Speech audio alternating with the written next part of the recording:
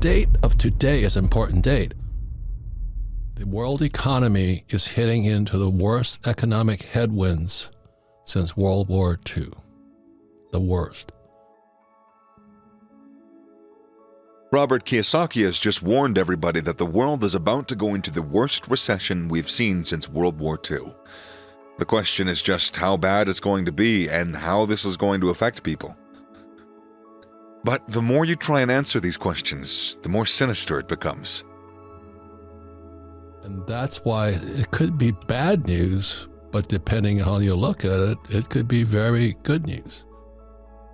During urgent situations such as the current economic recession, it's crucial to make the most out of the circumstances at hand. Fortunately, Robert will provide comprehensive guidance on how to overcome the recession effectively. Check it out. I'm going to take you through a history lesson, Good. and then we'll get to today. That's and macro. I'll tell you why I'm concerned. Yeah.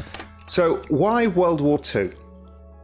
World War II was a fascinating period because, like COVID, the entire world had basically been stuck at home or been on battlefields.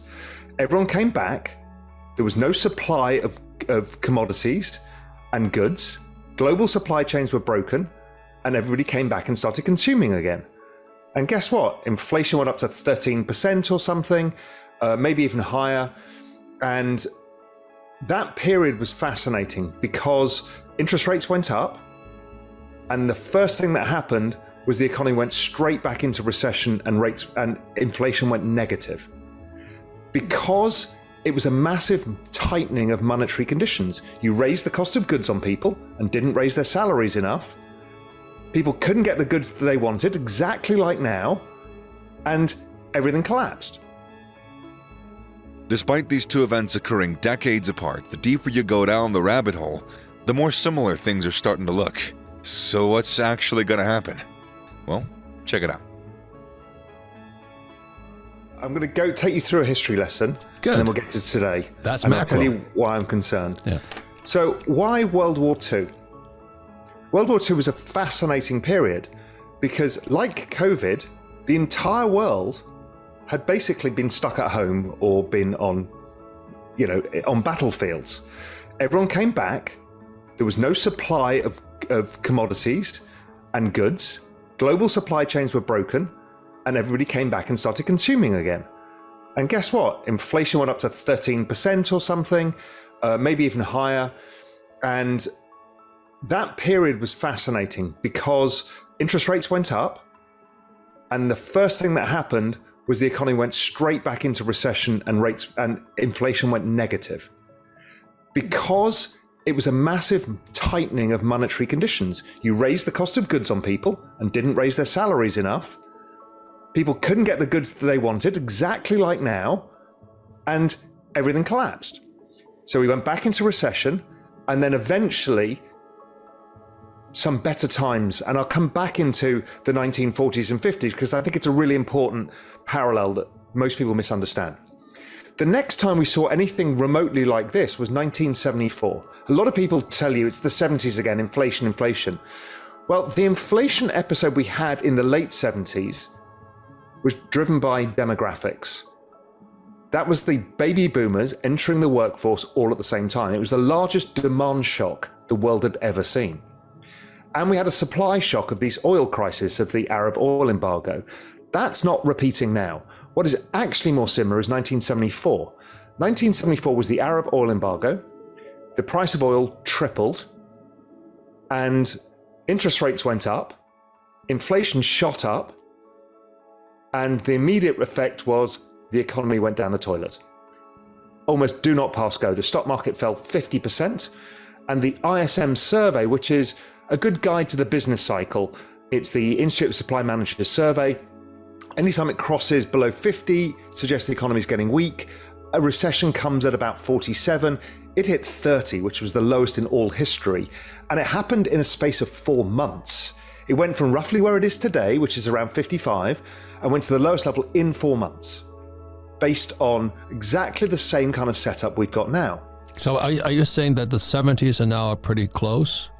Yes, and inflation fell in 1974 afterwards. People are still thinking inflation goes on forever. It did not, and it did not in the 1940s either. Then the next one up is 1984. 1984, we saw an issue where global trade, there was a huge amount of trade disputes. The dollar was pretty strong, like it is now. Interest rates were going up, and inflation was high. And everybody was fearing, looking back and saying, oh, we don't want the early 80s, late 70s again, the inflation. So Volcker was tightening rates too much, and the economy collapsed. It didn't go to recession because the Fed quickly started cutting rates, but the dollar went up a lot more and created a lot more problems. We ended up with the Plaza Accord in 1985 when everybody had to stop the dollar going up from destroying the global economy. Right. So then the next time we see something similar was 2008.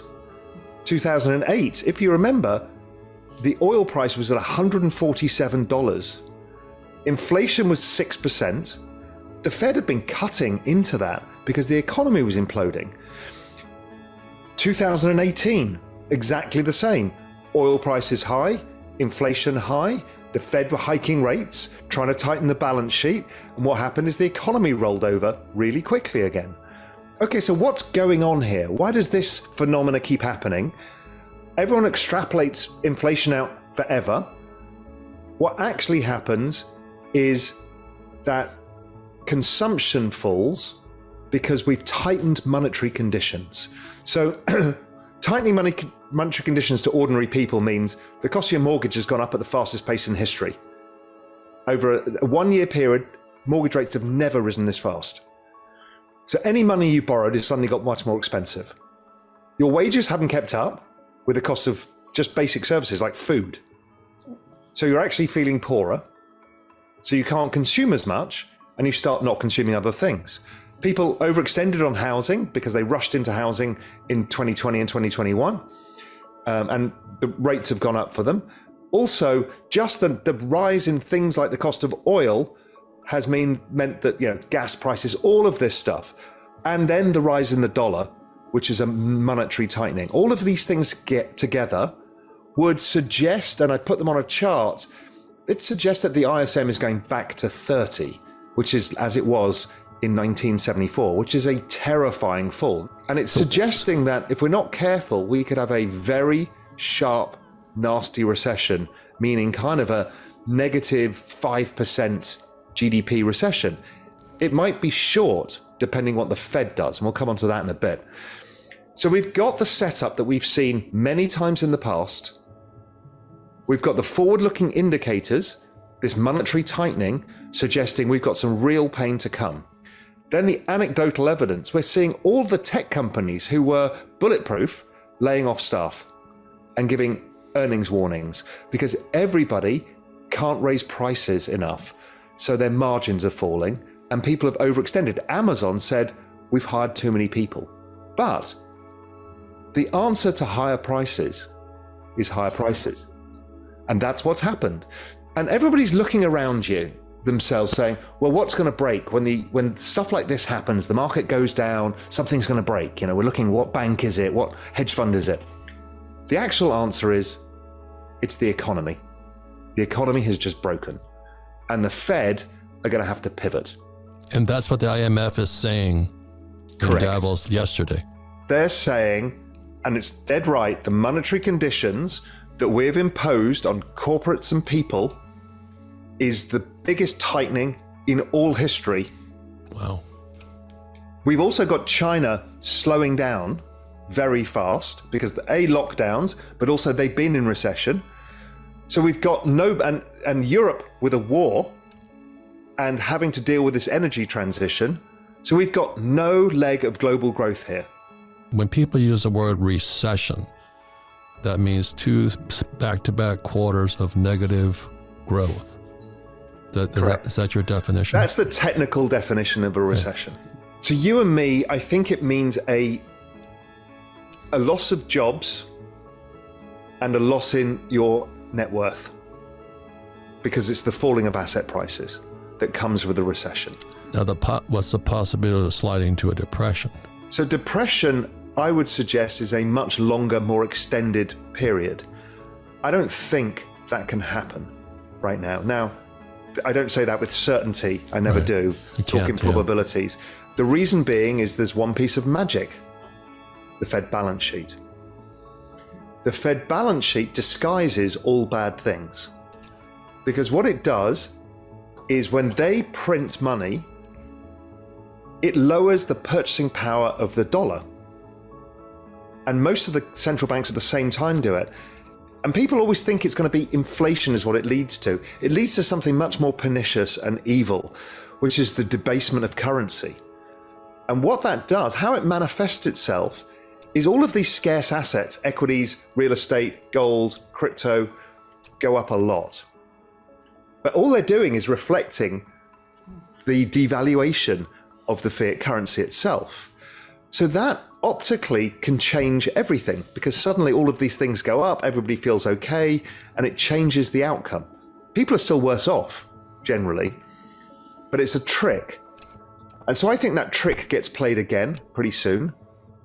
This time I think the trick gets played in a different way, which was the other genie that came out of the bottle in 2020, which the Europeans are doing now, some states in the US are doing, Japan is doing, and a few other countries, which is India's doing, which is direct transfer payments to individuals. When I heard you talking about that, Raul, I thought you went to the dark side, man. MMT, UBI, and all that stuff, which is to me Marxist. Do you know what I mean? But you're also looking at it from the humanitarian side. Regardless of what our political or economic views are, this is what is going to happen. So we have to judge it with that lens, not how we would like it to be, but what it will be. Okay. And what the probabilities are. I look at the emptying office spaces because people are not going back to work. I mean, this is not an ordinary recession. You know, Apple says they're not going to go back to work. You know, all the office buildings empty. And, you know, residential real estate depends upon jobs. This is the ripple effect, which is why I'm saying that was one of the biggest announcements I ever heard, that the IMF is saying the world faces one of the biggest economic challenges since World War II. But one thing that you mentioned is talking about debasement of currency. So here's a penny, it's copper. And in 1964, I was looking at the quarters and dimes, same color. Do you know what I mean? It's the same color. So basically, in 1964, dimes, quarters, and half dollars became copper. And that's what you were talking about, debasement. And I think we're paying the price for it, because I'm really glad you started with history, because you have to look back in time. And every time people did this, first was the Chinese, they printed paper money, and the Chinese empire collapsed. And then when the Romans did the same thing, debased the currency, the Roman Empire collapsed. We're looking at the end of the American Empire. I think it's going to happen at a shocking speed. So 1974, we went from everything looks okay to the worst recession since World War II in 4 months. I'm thinking it's going to look similar because of the speed of the monetary tightening, the speed of the rise of prices. So I think we are going to have a very ugly few months, both economically and for markets.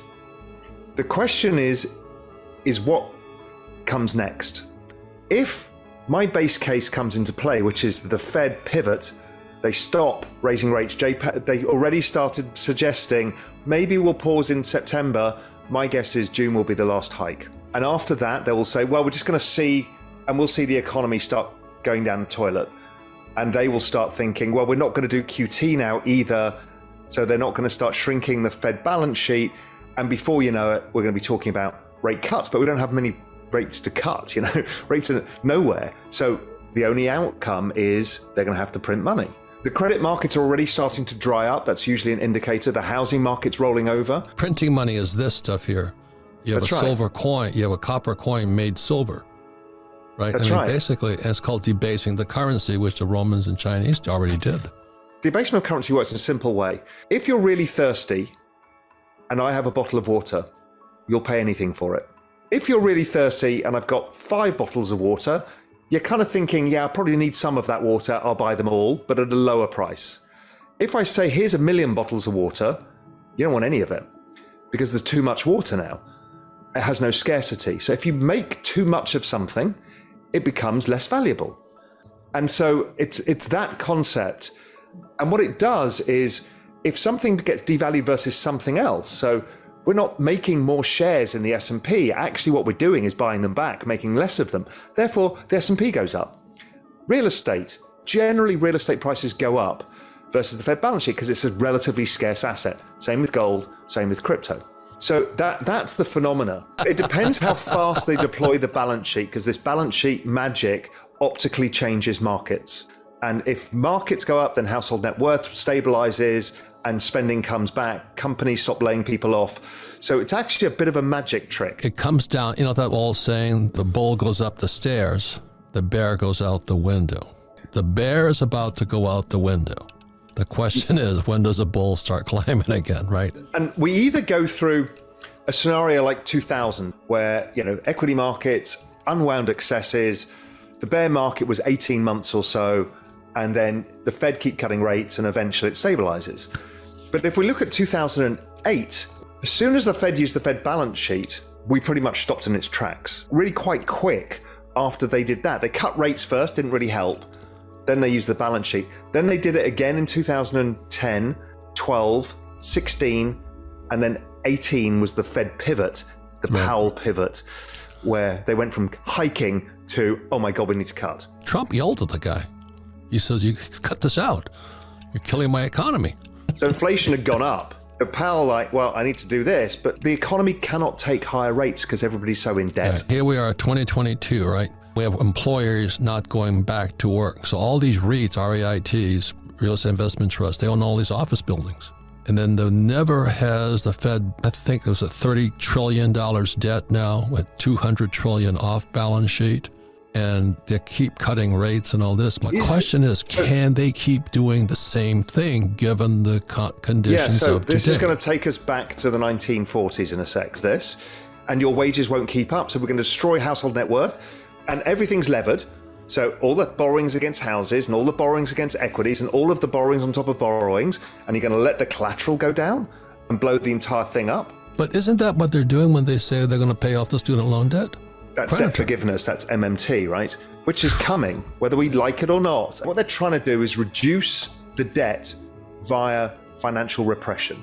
So you have then interest rates. So what you want is to reduce the real value of the debt. So if you think back to your parents, how much they paid for a house and the mortgage they had, the mortgage seems laughable. It's because over time, inflation raised the value of the house and the debt doesn't get raised. So in the end, the debt is nothing. So is this stuff here make the money less valuable? Correct. So it's okay if you're in debt, but if you're lending money, it becomes complicated. But anyway, the point being is you either have a fiscal stimulus, which is, let's say, the Republican view. We'll have a fiscal stimulus, cut taxes, and we'll put some spending. And what happens is that doesn't go to the people who are the worst off. The issue is actually the balance sheet, because all of the expensive assets keep going up because they keep printing money. But doing this blanket fiscal stimulus is hard because the rich get richer again. Well, maybe we should just try and give it directly to the people who are most affected. Okay, those are the two choices, or you do nothing, which is too late because there's too much debt. So you can't let the system clear anymore. The old way would have been you let the system clear, it's all okay, you just have a recession, everyone stops borrowing as much money, blah, blah, blah, blah, blah. The world is 400% of GDP in debt. Let's go back to the 1940s now. This was the very similar setup, the worst supply chain issues, massive inflation, everybody coming back in. Well, what happened was the economy collapsed. Then interest rates came down and they stabilized because the Fed stabilized them. And inflation was running slightly hot, 3%, and bond yields are about 2%. So real rates, meaning you in the property market, are going to make a lot of money. So negative real rates become very good for assets. And what happened in the 1940s and 50s was a massive economic boom. What we actually got was the value of the war debt eroding. We had the value of assets like housing. The equity market went up 900% over that period of time. There was a lot of fiscal stimulus because you had to rebuild after the war and companies were building factories. So if you think of now, companies are going to be rebuilding factories in the United States or in Europe and not in China. So that's going to add some stimulus. Yes, the jobs are not there, it's robots in the factories, but the government will do some stimulus as we've talked about. Interest rates will remain relatively low. Inflation will remain controllable, but a little bit higher than it has been. And what that sets off is a period of stability and boom, because there's so much technology. There's a lot of big things happening in the world that could be. So that would be my rosy outcome, would be that. And I think that is still my highest probability, that we kind of muddle through this in a way that we don't expect, because it feels like the end of the world. Imagine what it must have felt like in 1948. All you can see is the end of the world. And then you get this massive inflation. What actually came out of it was something very different. It was the rise of technology. It was the rise of the US as a big superpower. It was a rise of the rebuilding of Europe, the rise of Japan. It was an incredible period. The Bretton Woods Agreement, where the dollar became the reserve currency of the world, and all these really good things happened for America. It's the same moment. All of those things got built then, from the Geneva Convention to the IMF to the World Bank to the United Nations. They all came in that period from Same 1947. Time. Is this what they're kind of alluding to, but the Great Reset, it's all going to change again? And that's where we are. And this may be the final event of the fourth turning. It may be just another phase of pushing this towards it. 2008, 2020, and maybe now. It just keeps moving the world to the direction that we all know it has to go. Is we need to stop what we're doing and change what we're doing. I always say the bond market is the truth. The bond market, the job of bond market participants is two things only. What is the future rate of inflation and what's economic growth? The bond market is simply two things. So they usually get it right. And this is a structural shift in the global economy. If we're right here and you got cash and we're going to see this big whoosh, and it probably means that the economy and asset prices, there's certain things it's going to set up for. What we're looking for, if you want to generate wealth. Yeah, this is the best time. Macroeconomics is through history. The fall of empires and all this, I think we're falling right now. Yeah. That's a huge problem. All cycles go through. It's approximately the age of a human being. 20 years, 20 years, 20 years. It said that one also. And it matures and the whole thing changes.